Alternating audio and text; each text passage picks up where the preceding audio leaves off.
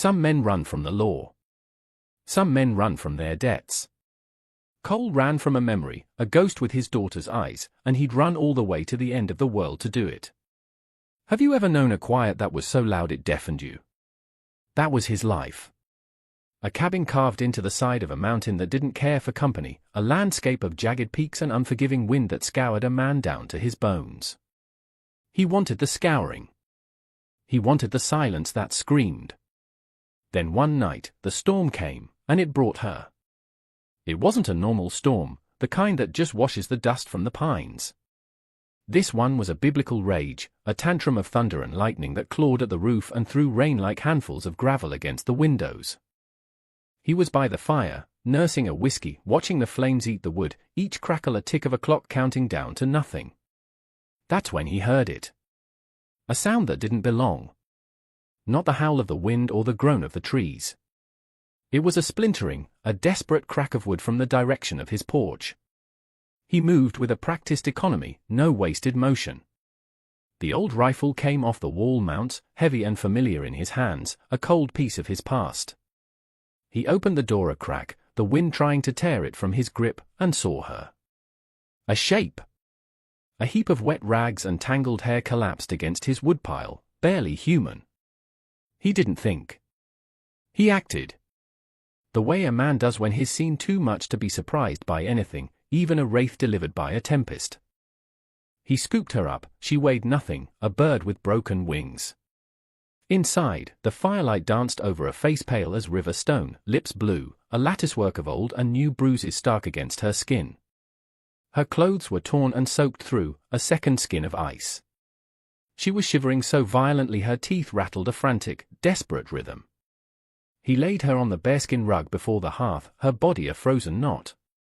He knew that cold. He'd seen it before, in the mountains, in the war, in the eyes of a state trooper on a night he could never forget. It was a thief, that kind of cold. It stole the life right out of you while you slept. He knelt beside her. Her breathing was a shallow, ragged whisper. He knew what he had to do. He looked at her, then at the fire, then at his own trembling hands. It wasn't a choice. It was a necessity. His voice, when it came, was rough from disuse, a gravelly tear in the fabric of the storm's roar. "You'll take off your clothes now," said the rugged rancher to the woman. Then he started shaking. It wasn't from the cold seeping in from the open door. It was the ghost, the memory of another small, cold body he had failed to warm, rising up from the floorboards of his soul. He turned away, his back to her, grabbing the thickest wool blanket he owned. "The wet will kill you." He laid the blanket on the floor beside her, his movement stiff, formal. He didn't watch. He listened. The faint, clumsy rustle of frozen fabric, the chattering of teeth, a weak, defeated sob. When he heard the soft weight of her body settling into the wool, he turned back. She was cocooned, a miserable chrysalis, nothing visible but a dark tangle of wet hair. He took her sodden clothes with a pair of fireplace tongs and dropped them into a bucket, the gesture as sterile as a surgeon's. He didn't want to touch them, didn't want to know the story they told of mud and thorns and running. He just wanted the silence back. But the silence, he was beginning to understand, was gone for good. He worked through the night, a silent sentinel. He fed the fire, log by steady log, making it a roaring guardian against the cold that clung to her. He boiled water, making a weak broth from a dried-out hunk of jerky and some wild onions, the smell filling the small cabin with a scent of something other than dust and regret. She didn't stir. He watched the rise and fall of the blanket, a fragile tide, and wondered what kind of trouble had washed up on his shore. Mornings for Cole had a ritual, a silent liturgy that kept the ghosts at bay. The grind of coffee beans, the slice of bacon in a hot cast-iron skillet, the walk to the barn where his old horse, a grey gelding named Boulder, would greet him with a low nicker. But this morning was different. The rhythm was broken. There was a presence in his cabin, a small, breathing knot of chaos curled by his fire. He left a bowl of oatmeal and a tin cup of water on a crate near the hearth and went about his chores, the air charged with an unspoken question. He split wood with a furious, mechanical precision, each swing of the axe a blow against the thoughts crowding his mind. Who was she? What was she running from? And the most dangerous question of all, what was he going to do with her? When he returned, the bowl was empty. She was still in the blanket, but she had shifted, turned to face the fire, as if drawn to its life force. He saw a hand, thin and bruised, emerge from the wool to pull the blanket tighter. That was it. No words. No acknowledgement. But it was something. It was a start. Days bled into one another, marked not by the calendar but by these small, imperceptible shifts. He would leave food, and it would be gone. He would come in from the cold and see that a log had been added to the fire in his absence. She remained a fixture on the hearth, a silent, watchful statue. He never pushed, never asked a name. He knew trauma. He knew it had its own timetable, its own brutal logic. You couldn't force a locked door, you had to wait for the person inside to feel safe enough to turn the key. He started talking to her, in a way. Not asking questions, but narrating his day in clipped, factual sentences as he cleaned his tack or sharpened a knife. Fences down on the north pasture. Bear, I think Boulder threw a shoe. Have to ride into town soon. He wasn't sure if she was listening, but the sound of a human voice, even his own rusty one, seemed to sand down the sharp edges of the silence between them. He was talking to her, but he was also talking to himself, reminding himself that there was still a world outside his self-imposed prison, a world of fences and horseshoes and life that went on. One afternoon, he came inside to find her standing. She was wearing one of his old flannel shirts, the fabric hanging off her small frame like a scarecrow's coat. She was staring at a small, framed photograph on his mantelpiece. A woman with a kind smile and a little girl with bright, laughing eyes. His wife. His daughter. The ghosts he ran from. She looked at him, her eyes wide, ancient with a fear he recognized. It was the first time she had truly met his gaze. He said nothing. He simply nodded, a gesture of immense weight, and went to the stove to make coffee. The question hung in the air between them, but he would not be the one to answer it. Not yet. Her healing was like watching a wildflower push its way through concrete. It was a slow, stubborn, almost impossible thing. It was the third week when the first word came. He'd come in from the barn, stamping snow from his boots, and found her holding the empty coffee pot, looking at it with a kind of helpless confusion. He moved to take it from her. His fingers brushed hers. She flinched, a sharp, violent recoil, and the pot clattered to the floor. "Sorry," she whispered. The word was a cracked, fragile thing, barely audible. But it was there. A sound. A connection. Cole froze, his hand still outstretched. He looked at her, at the terror in her eyes, not of him, but of the contact. He slowly lowered his hand. "It's all right," he said, his own voice sounding foreign. He picked up the pot. No harm done. He made a fresh pot of coffee, his movements deliberate, careful. He set a full mug on the table for her and sat down opposite, leaving a vast, safe distance between them. She watched him, then hesitantly reached for the mug, her hands wrapping around its warmth as if it were an anchor. Her name was Lena. She told him that a few days later, her voice still a shy whisper. She offered it up like a fragile gift, a piece of herself she was reclaiming. She didn't offer anything else. No story of where she came from or what she had endured. He didn't ask. He just nodded. "Cole," he said in return. And with that, they had an identity beyond a man and a woman, beyond a rescuer and a victim. They were Cole and Lena. A strange, silent household on the edge of the world. She started to help. Small things at first. She would wash the dishes while he was outside. She folded his laundry, her movements neat and precise. She started tending to the small pot of herbs he kept on the windowsill, her fingers gentle on the green leaves. A quiet domesticity settled over the cabin, a rhythm of shared tasks and comfortable silences. He taught her how to load the rifle. He didn't explain why. He just took her out back one crisp, clear morning, the snow crunching under their boots. He showed her how to brace it against her shoulder, how to sight down the barrel, how to squeeze the trigger without flinching. Her first shot was wild, kicking up a spray of dirt a dozen feet from the tin can he'd set on a stump. He didn't criticize. He just reset the can. Again, he said.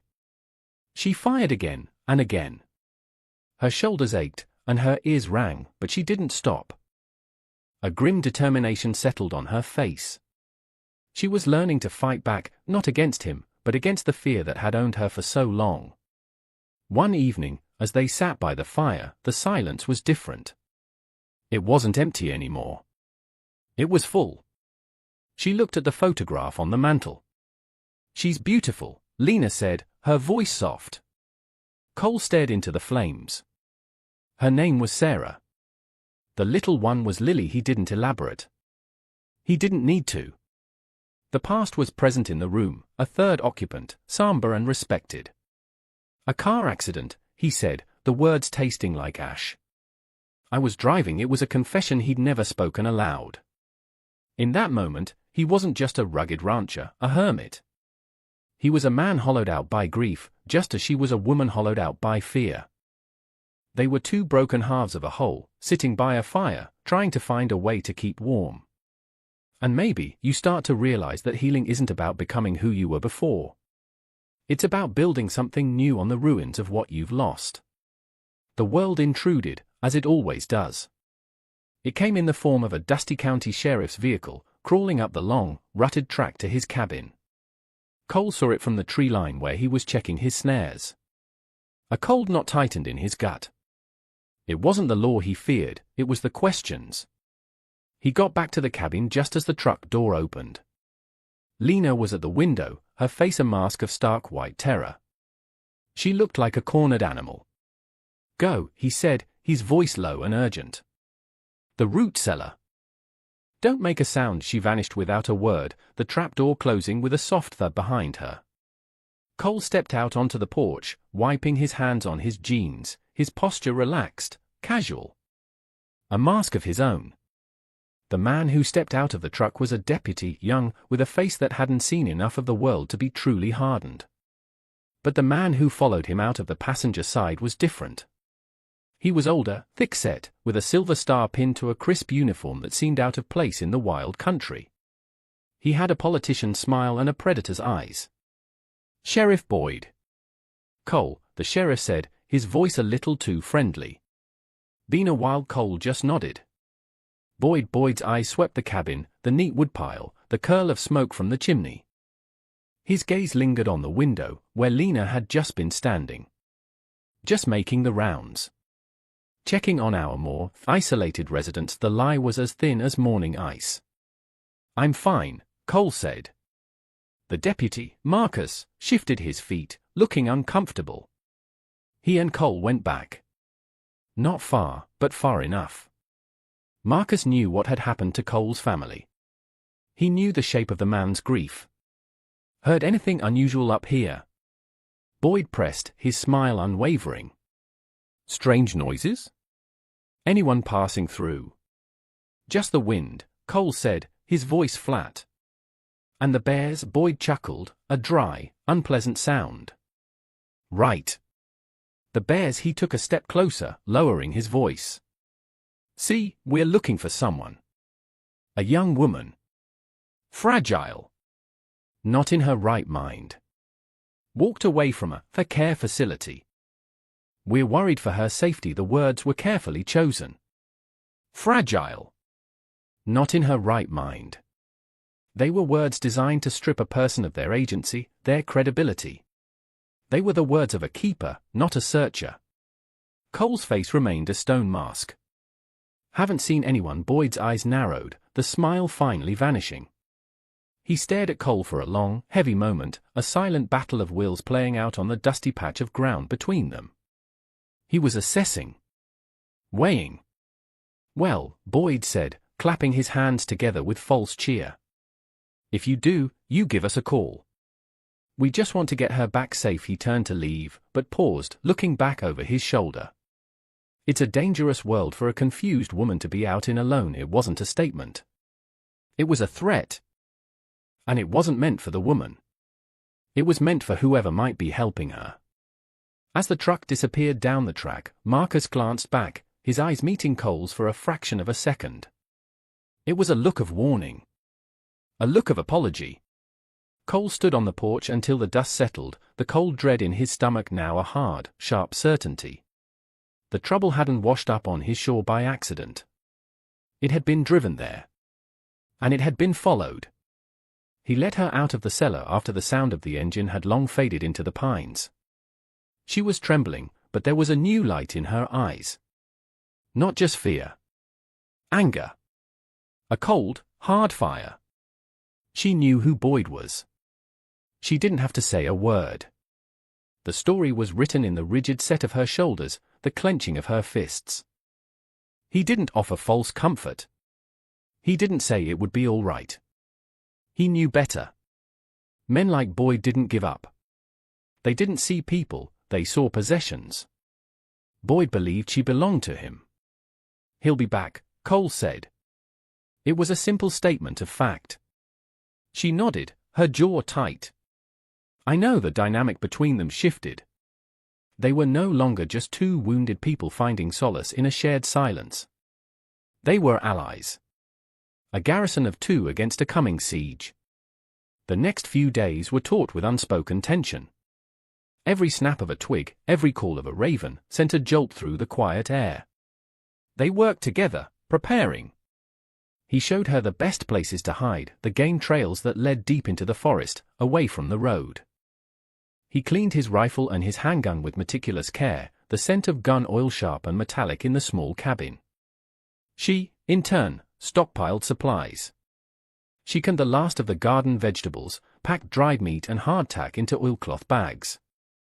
She was no longer a victim waiting to be found. She was a soldier preparing for battle. They spoke little, but their communication was seamless.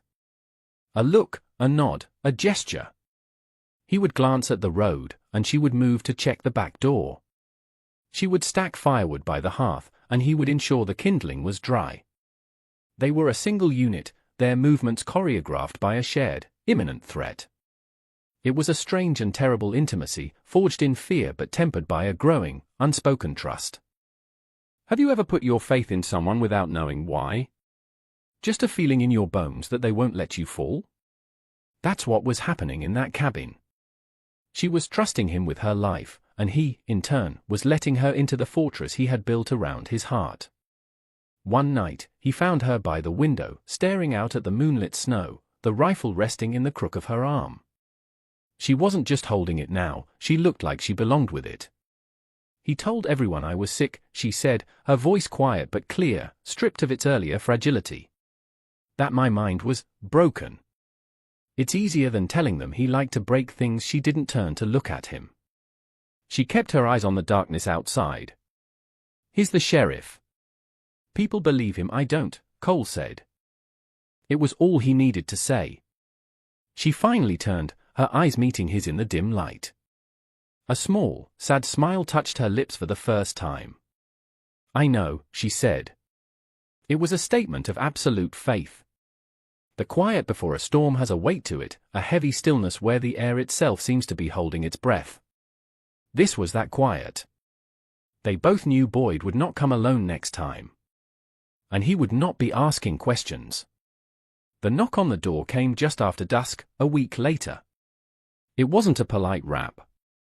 It was a heavy, authoritative slam of a fist against wood. A demand. Cole and Lena had been sitting at the table, a game of checkers half finished between them, a small island of normalcy in a sea of tension. They didn't jump. They had been waiting for this. They simply looked at each other. Every part of their plan, every whispered instruction and silent drill, clicked into place. Cole nodded once. Lena rose, took the rifle, and slipped into the dark bedroom at the back of the cabin, the one with the window that overlooked the rear escape route. Cole walked to the door, his movements unhurried. He didn't open it. "Who is it?" he called out, his voice steady. "Sheriff Boyd, Cole. Open the door. We have a warrant." The "we" was the part that mattered. Cole peered through the small peephole he drilled that week. Boyd was there, flanked by two burly men who were definitely not deputies. They were hired muscle, their faces impassive and cruel. They wore no uniforms. This wasn't official business. This was personal. "Slide it under the door," Cole said. There was a pause. Then Boyd's voice, laced with angry impatience. "Don't be stupid, Cole. We know she's in there.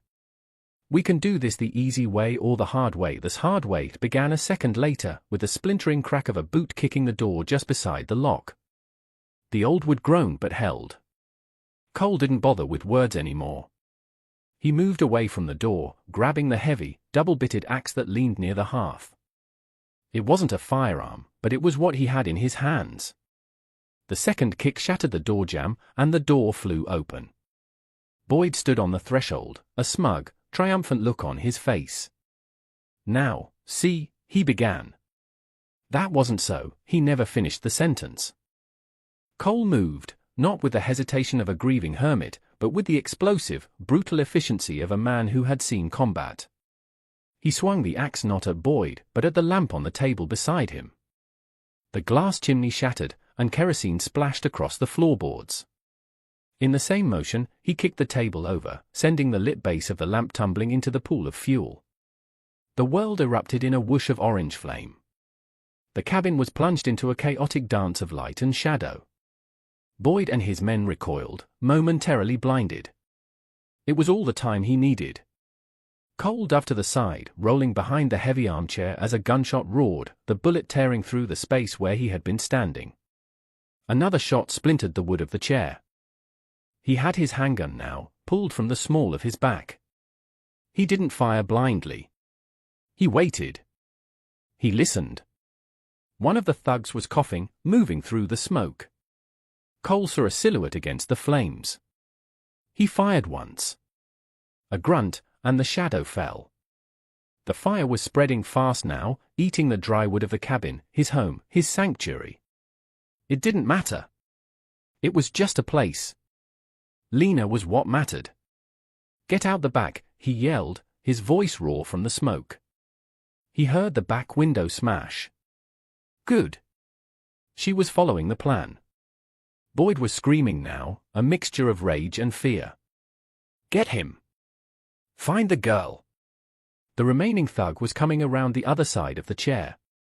Cole fired twice, low, aiming for legs. A cry of pain.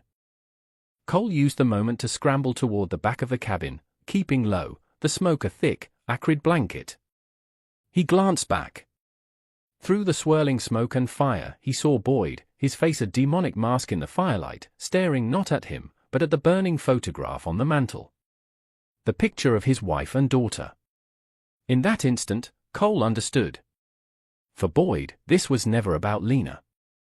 It was about breaking something that belonged to someone else. It was about power. It was about pure, unadulterated cruelty. He made it to the bedroom door, smoke burning his lungs, and stumbled through. He found her outside, crouched behind the woodpile, rifle up and aimed at the front of the cabin. She wasn't running. She was waiting. Waiting for him.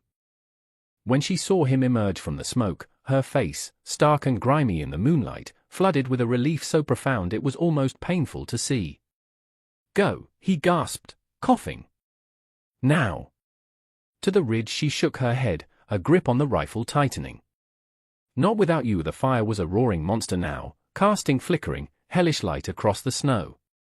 It was consuming his past, burning away the ghosts. Maybe it was for the best. Suddenly, headlights cut through the darkness, another vehicle tearing up the track. Not Boyd's. This one was familiar. The county SUV. Deputy Marcus. It screeched to a halt, and Marcus spilled out, his service weapon drawn. But he wasn't looking at Cole or Lena.